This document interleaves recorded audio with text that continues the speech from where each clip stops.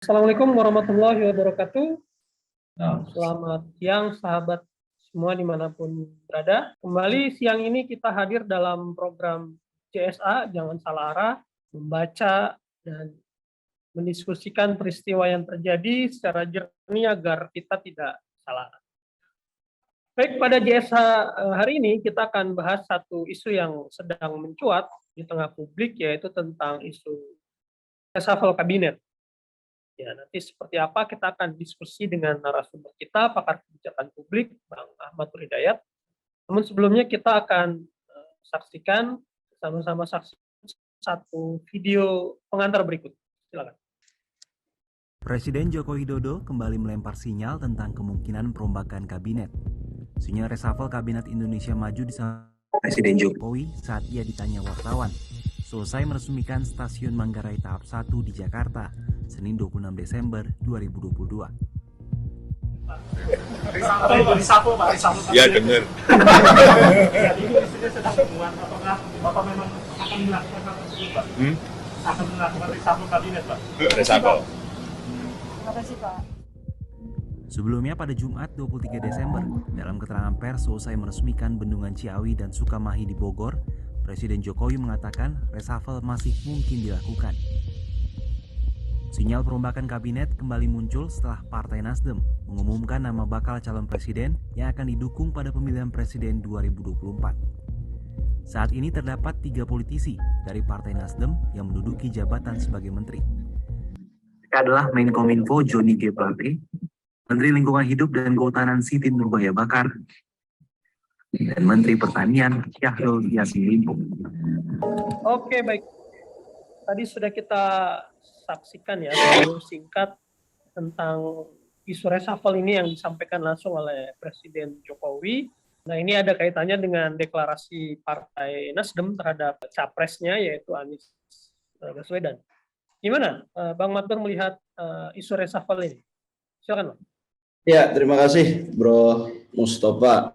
Suara saya udah terdengar dengan baik belum? Oh ya, jelas, Bang. Oke, selamat bergabung teman-teman semua. Kita memang akhir-akhir ini ya mencuat isu reshuffle kabinet. Saya kira reshuffle terakhir itu kan ketika harga minyak goreng naik ya isunya, dan kemudian diganti Menteri Perdagangan yang lama dengan Menteri Perdagangan yang baru. Dan ya situasi sekarang relatif terkendali. Jadi ada impact dari reshuffle ya. Tapi yang menjadi pertanyaan saya adalah apakah reshuffle di akhir periode pemerintahan ini perlu dilakukan ya? Untuk apa gitu ya? Dan kalau saya lihat kelihatannya isu reshuffle ini ya menjadi pergantian menteri yang tujuannya untuk apa? Saya kok merasa tidak jelas. Karena logikanya begini ya, Bro Mustafa. Kalau seandainya pemerintah mau meningkatkan kinerja pemerintahan, maka dengan mengganti menteri yang lama dengan mengganti menteri yang baru, ini kan ada fase yang namanya fase learning curve atau fase pembelajaran buat menteri yang baru. Nah, sementara akhir periode sudah sangat mepet ya, 2024, tepatnya bulan Oktober, Pak Jokowi sudah secara konstitusi ya sudah bukan lagi presiden. Jadi waktu yang tersisa ini hanya kira-kira efektifnya adalah 1 tahun lebih sedikit. Nah, apa yang bisa dilakukan oleh para menteri dengan kinerja 1 tahun yang lebih sedikit itu ditambah dengan learning curve-nya. Lagi-lagi ini menjadi tanda tanya besar. Kinerja pemerintahan seperti apa yang mau ditingkatkan kalau memang tujuannya adalah untuk meningkatkan kinerja. Karena waktu yang sempit, itu waktu proses untuk belajar lagi. Ini mah bukan untuk meningkatkan kinerja pemerintahan. Kalau niatnya untuk meningkatkan kinerja pemerintahan, maka seharusnya tidak perlu di reshuffle. Jadi menteri yang ada sekarang asumsinya sudah mengerti apa duduk masalah dari kelembagaannya dia, KL ya, kelembagaan kementeriannya dia. Kemudian dia dengan cepat mengambil keputusan yang berani untuk merubah situasi. Nah, saya kira itu satu-satunya jalan untuk meningkatkan kinerja pemerintahan. Tapi kalau kinerjanya kemudian diganti dengan orang baru yang berkuasa hanya 1 tahun, ya kira-kira 6 bulan dia belajar untuk mengetahui masalahnya apa, ya kemudian mencari ide-ide, solusi, rekomendasi dan sebagainya, itu 6 bulan lah paling cepat. Terus sisa dia itu hanya 6 bulan untuk berubah itu. Jadi perubahan 6 bulan itu apa yang diharapkan untuk melakukan peningkatan kinerja pemerintahan. Saya kira alasan untuk meningkatkan kinerja pemerintahan itu tidak tepat ya untuk dilakukan reshuffle di akhir periode seperti ini. Saya punya analisis yang lain, punya alasan yang lain kenapa ini dilakukan, tapi itu mungkin di segmen yang lain ya. Tapi saya kira saya ingin tegaskan untuk apa sih sebetulnya melakukan reshuffle di akhir pemerintahan. Ya ini tentunya satu hal yang menarik ya untuk kita analisis. Yang kedua adalah yang digantikan ini ternyata adalah menteri-menteri yang ya diduga berasal dari partai politik. Dalam hal ini adalah menterinya Nasdem, itu kan yang disebut-sebut ya. Nah, kalau seandainya partai politik ini, menteri yang berasal dari partai politik ini diganti ya dengan tujuan untuk istilahnya adalah mengendalikan partai politik yang nakal, saya kira seluruh member koalisi Pak Jokowi ini relatif tidak ada yang nakal ya, Bro Mustafa ya. Jadi sepanjang tahun 2022 nih kita sekalian refleksi akhir tahun, hampir seluruh kebijakan pemerintah itu hanya didrive oleh satu kelompok, yaitu kelompok istana. Yang kemudian kelompok istana itu melakukan orkestra, dan orkestranya diikuti oleh pejabat di bawahnya dan juga parlemen dan partai politik. Sebutlah misalkan isu pembangunan IKN. Kan tidak ada partai koalisi yang membalelo, termasuk Nasdem. PDIP dan Nasdem berjalan beriringan untuk isu pembangunan IKN. PDIP dan Nasdem juga berjalan beriringan untuk isu-isu yang lain yang sensitif, seperti kenaikan BBM. Keduanya setuju. Isu undang-undang KUHP, ya, isu kenaikan cukai pokok, itu seluruh anggota koalisi itu tidak ada yang tanda kutip ya nakal yang sehingga kemudian presiden harus menghukum. Nah, kalau kemudian Nasdem dianggap harus dihukum karena mencalonkan Anies Baswedan, nah saya kira di sini ada satu cara berpikir yang kita harus jeli, bahwa ini sebenarnya adalah bukan dalam rangka istilahnya memusuhi Nasdem, tapi ada motivasi yang lain, yaitu menyelamatkan kekuasaan meskipun kekuasaannya sudah berakhir, ya setidaknya terlepas dari rongrongan pidana dan sebagainya. Nah ini mungkin di segmen kedua kita akan bahas itu, Bro Mustafa. Tapi saya kira analisis saya seperti itu. Reshuffle ini niatnya untuk apa? Kalau untuk memperbaiki kinerja pemerintahan, saya kira ini menjadi tidak tepat ya. Apalagi kalau untuk menghukum koalisi, saya kira ini juga tidak tepat karena tidak ada anggota koalisi yang mengganggu jalannya pemerintahan. Begitu. Baik. Oke Bang, ini kan isu reshuffle kali ini bukan karena ada yang tertangkap KPK ya, atau ada isu mafia seperti waktu itu minyak goreng. Tapi ini kan isunya mencuat setelah Partai Nasdem ya mendeklarasikan capresnya Anies Baswedan, yang ya Nasdem ada dalam koalisi, koalisi kabinet Presiden Jokowi, tapi kemudian dia mendeklarasikan pencalonan Presiden Anies Baswedan. Nah ini lalu kemudian mencuat ya Nasdem akan direshuffle, terutama disuarakan oleh ya beberapa partai lah di koalisi sendiri. Ini gimana analisanya Pak? Silakan. Iya, Nasdem ini tidak menunjukkan satu sikap yang bandel. Kenapa? Karena ya Menteri Nasdem ada di kabinet 3 menteri, 3 pos. Dan pos ini cukup signifikan ya. Pertama, Menteri Pertanian. Anda bisa apa kalau pertanian Indonesia ternyata menterinya mogok misalkan tidak mau mensukseskan pemerintah, itu kan kacau. Itu pos strategis urusan pertanian. Kedua adalah urusan telekomunikasi, Kominfo. Ini zaman dulu namanya Menteri Penerangan. Sekarang zaman komunikasi dan informatika. Ini juga sangat penting ya di era pasca pandemi, Orang semua tergantung pada yang namanya internet, ya, komunikasi dan IT. Jadi pos Kominfo itu sangat strategis. Pos yang lain, pos lingkungan hidup, ini juga strategis. Kemarin baru saja dilakukan MOU antara Indonesia dengan Norwegia, di mana Indonesia diberikan satu allowance untuk mengurangi penebangan hutan atau deforestasi.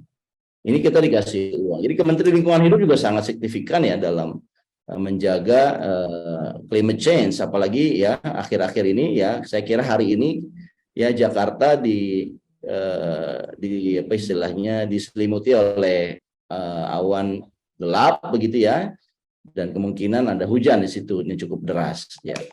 Nah, kalau kita lihat posnya Nasdem ini cukup strategis, sehingga Nasdem juga untuk nakal juga mikir-mikir, ya kan? Nah, kalau seandainya kemudian Nasdem punya satu istihad politik, ya dalam hal ini melihat elektabilitasnya Anies Baswedan tinggi, dan ingat loh, Pak Jokowi juga berasal dari Gubernur DKI sebelumnya. Kursi Gubernur DKI ini memang punya kans besar untuk jadi presiden. Nah, Nasdem adalah salah satu partai dalam anggota koalisi yang melihat peluang itu. Wah, ini orang ya, Anies Baswedan ini mantan Gubernur DKI yang dia sudah sangat berpotensi untuk menjadi gubernur. Seperti halnya Pak Jokowi sudah menjadi presiden sekarang. Jadi ibarat dalam gerakan permainan apa ini ya, selancar air, ini Nasdem ini ingin bukan hanya sekedar preemptif ya, tapi ingin riding the curve, menunggangi gelombang. Menunggang itu di depannya gelombang gitu. Nah, saya kira itu satu istihad politiknya Nasdem, dan saya kira istihad politik ini ya gambling, bisa benar bisa tidak. Nah, yang terjadi adalah Nasdem melihat potensi itu, dan tentunya para elit istana juga menyambut, saya kira, karena bagi skenario angka berkuasa ya Mustafa ya, saya kira kita memang harus senantiasa terbiasa ini berbicara kekuasaan, karena supaya merasakan kalau Anda di posisi berkuasa ya, tentunya Anda tidak mau kekuasaan ini hilang. Tidaknya kalau Anda seorang negarawan ya, seorang negarawan yang bijak, dia akan berpikir saya akan melepaskan kekuasaan ini dengan happy ending, tetapi saya tidak mau keluarga saya atau teman-teman saya, bahkan saya sendiri akan terpidana setelah saya tidak memimpin. Nah, oleh karena itu istihadnya Nasdem ini bersambut ya. Saya kira ini adalah satu strategi besar ya yang dilakukan oleh para elit, bagaimana proses suksesi kepemimpinan itu tidak mengganggu zona kenyamanan dari para kelompok ya yang sedang berkuasa sekarang. Yang sebetulnya nyata-nyata kelompok ini ya sebenarnya sedang bukan memperjuangkan kepentingan rakyat, tetapi sedang memperjuangkan kepentingan pribadi kelompok bisnisnya sendiri.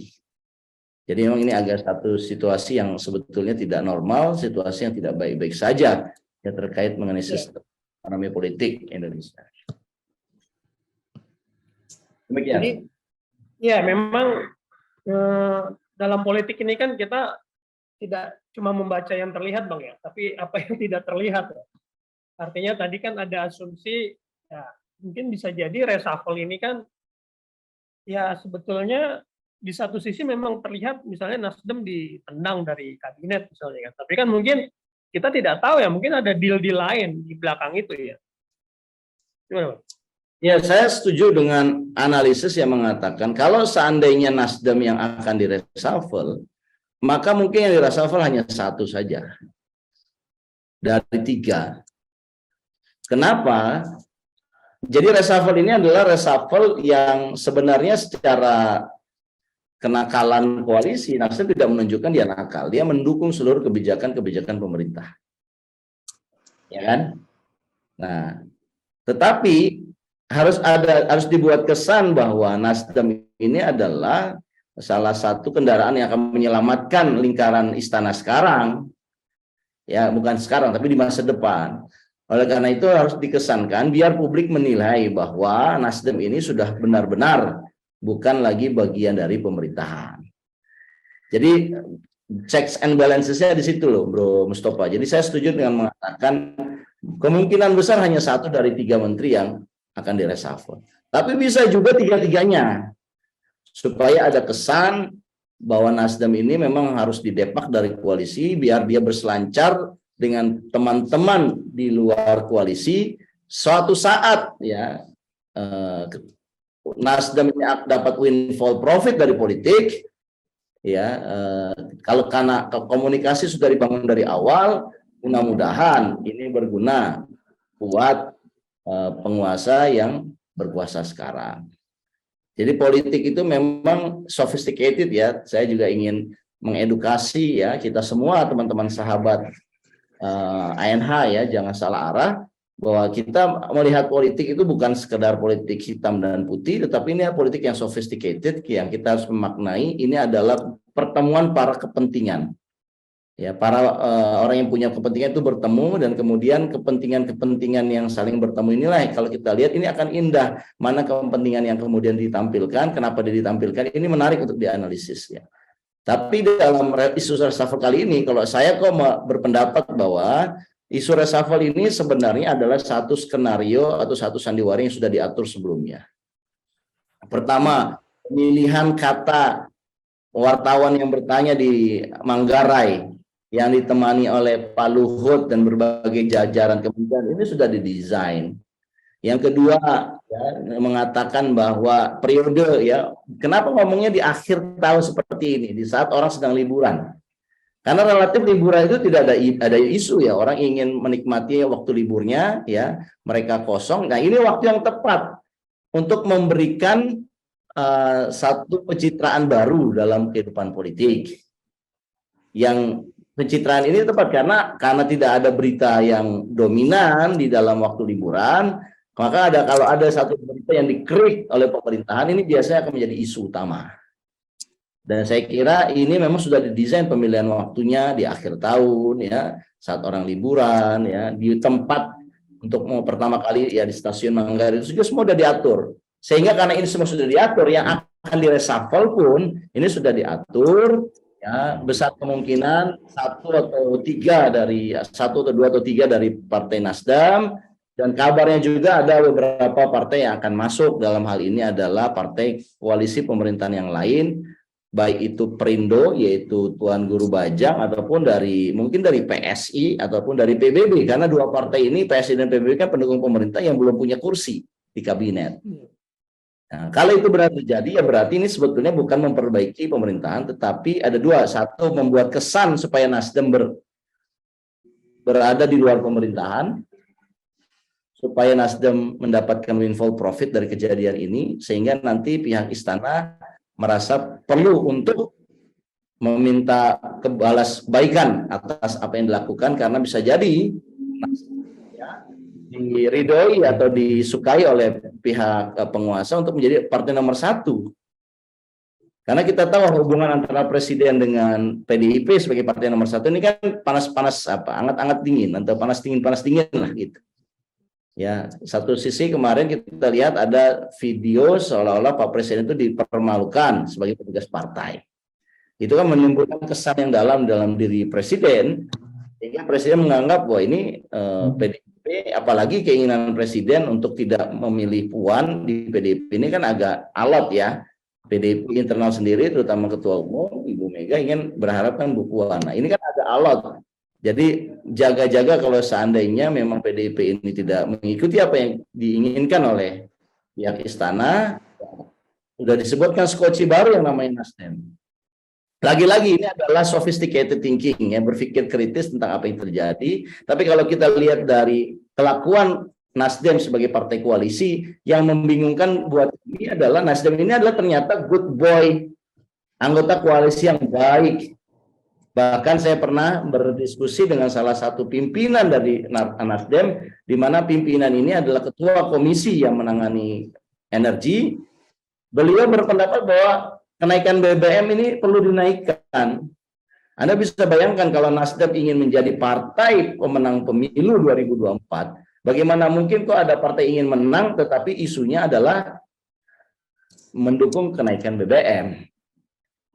Nah, Nah, ini kan agak menarik ya kalau kita lihat bahwa cita-cita kemenangannya Nasdem ini tidak bisa berseberangan dengan pemerintah dalam hal policy kebijakan. Ya, policy ini Nasdem semuanya baik-baik saja, satu nafas dengan pemilik kebijakan. Tetapi bagaimana harus dibuat, harus disetting supaya Nasdem ini benar-benar dianggap bukan bagian dari istana. Ya, dilakukanlah sandiwara reshuffle. Seolah-olah memang sudah keluar, tetapi sebenarnya ini adalah salah satu bukti bahwa ada komunikasi tingkat elit yang dilakukan oleh para elit politik kita. Nah, saya ingin mengatakan begini ya, Bro Mustafa, yang dirugikan sandiwara politik ini sebetulnya adalah rakyat. Kenapa? Ya, kalau perusahaan yang tidak produktif kan lebih baik bagaimana sebetulnya memikirkan kinerja supaya lebih baik, supaya masyarakat lebih terlayani kan gitu. Yeah. Kan nggak perlu lah Mbak reshuffle, tapi kalau misalnya ada keperluan politik gini ya, meskipun diganti hanya untuk kemudian membuat satu kesan yang maksudnya, pada akhirnya dengan adanya menteri baru mereka belajar lagi. Saya tadi katakan bahwa reshuffle itu ya benar-benar sandiwara yang tidak bermanfaat buat masyarakat, yang sama sekali masyarakat malah dirugikan.